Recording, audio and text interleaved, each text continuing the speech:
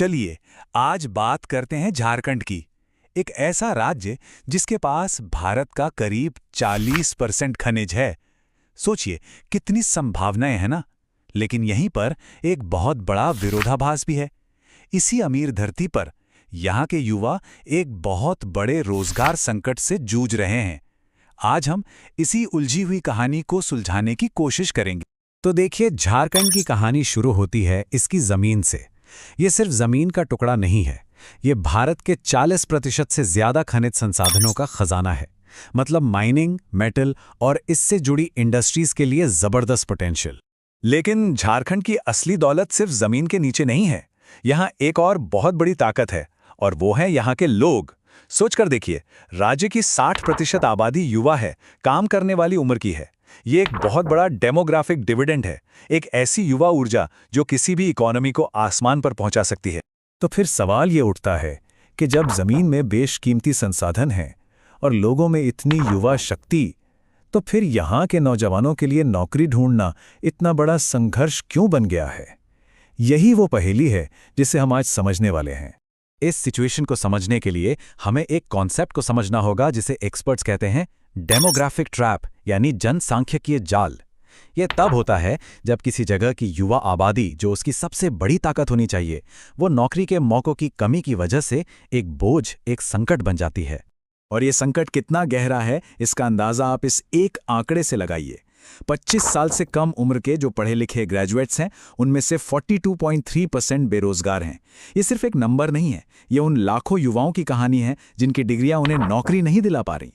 और इसी हालात से एक नया शब्द निकला है, वेटहुड। इसका मतलब है इंतजार का एक लंबा, न खत्म होने वाला दौर, जब युवा अपनी जिंदगी के सबसे कीमती साल सरकारी नौकरी की तैयारी में निकाल देते हैं, और वो परीक्षाएं या तो सालों तक होती नहीं या फिर लीक हो जाती हैं। ये एक ऐसा इंतजार है जो उन्हें असल वर्कफोर्स का हिस्सा बनने ही नहीं देता। तो आखिर ये सिस्टम इतना पंगु क्यों हो गया है? चलिए इस संकट की जड़ों तक चलते हैं और उन वजहों को एक एक करके समझते हैं जिन्होंने इस पूरी व्यवस्था को लगभग ठप कर दिया है। अब जरा अर्थव्यवस्था की बनावट को देखिए, तस्वीर काफी कुछ साफ हो जाएगी। राज्य की लगभग आधी आबादी, मतलब करीब करीब 50% लोग आज भी खेती पर निर्भर हैं, जहां कमाई बहुत कम है।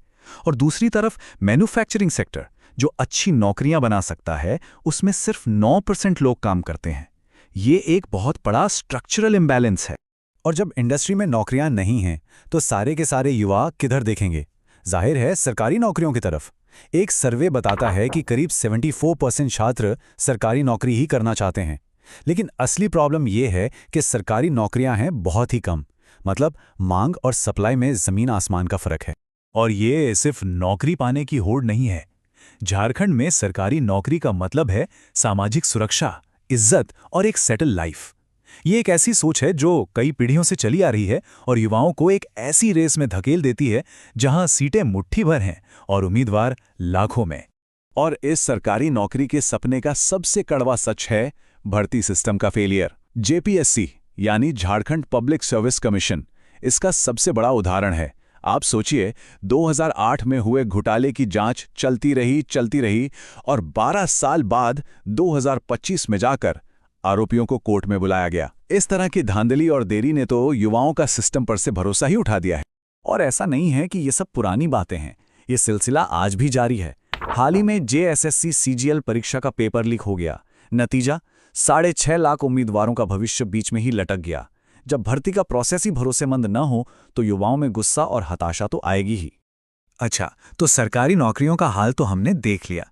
अब सवाल ये उठता है कि प्राइवेट सेक्टर कहाँ है? वो क्यों इन युवाओं को मौका नहीं दे रहा है? चलिए वहां के हालात भी देखते हैं। देखिए, सरकार ने एक कोशिश तो की थी। 2021 में कानून बनाया गया जिसमें 40,000 रुपये महीने तक की प्राइवेट नौकरियों में 75% सीटें स्थानीय लोगों के लिए रिजर्व कर दी गईं। उम्मीद थी कि इससे लोकल युवाओं को रोजगार मिलेगा, लेकिन हुआ क्या? हाई कोर्ट ने इस कानून पर रोक लगा दी, ये कहते हुए कि इससे कंपनियों को काम करने में दिक्कत होगी। तो एक अच्छी मंशा वाला कदम भी बीच में ही अटक गया।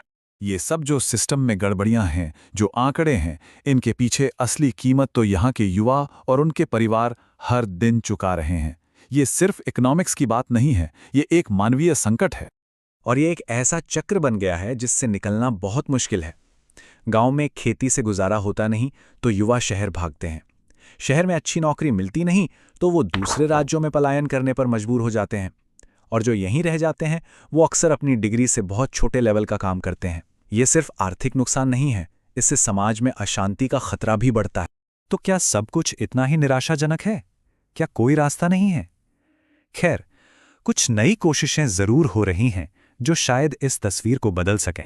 इनमें से एक बड़ी पहल है मुख्यमंत्री सारथी योजना। ये योजना सिर्फ नौकरी का वादा नहीं करती, बल्कि युवाओं को नौकरी के काबिल बनाने पर फोकस करती है। इसमें फ्री स्किल ट्रेनिंग है, करियर गाइडेंस है और अपना काम शुरू करने के लिए फाइनेंशियल मदद भी है। मकसद है एक आत्मनिर्भर वर्कफोर्स तैयार करना। और एक और उम्मीद की किरण दिख रही है भविष्य के सेक्टर्स में, मतलब ग्रीन जॉब्स में। एक नई एनालिसिस बताती है कि झारखंड में क्लीन एनर्जी जैसे नए फील्ड्स में 6 लाख से भी ज्यादा नौकरियां पैदा हो सकती हैं। ये भविष्य का एक बिल्कुल नया रास्ता खोल सकता है। तो आखिर में सवाल वहीं आकर रुकता है जहां से हमने शुरू किया था। झारखंड आज एक चौराहे पर खड़ा है। क्या वो अपनी युवा आबादी के जाल में फंसा रह जाएगा, या फिर वो अपनी इसी सबसे बड़ी ताकत को एक सुनहरे मौके में, एक सच्चे डेमोग्राफिक डिविडेंड में बदल पाएगा?